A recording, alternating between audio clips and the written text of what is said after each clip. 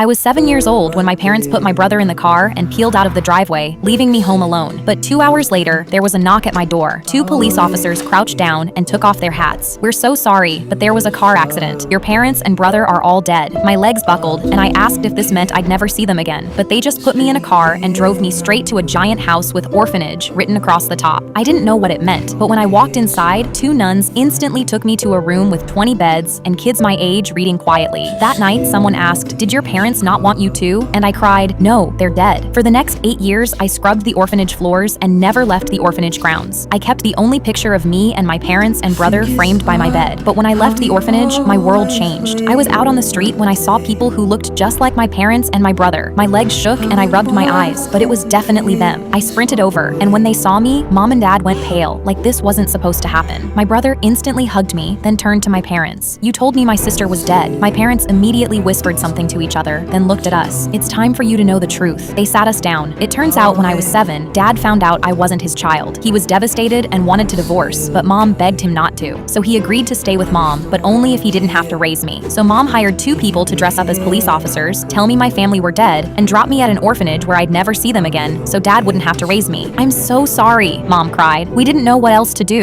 I looked at her with tears in my eyes, and my brother looked at them with disgust. We stood up and walked away.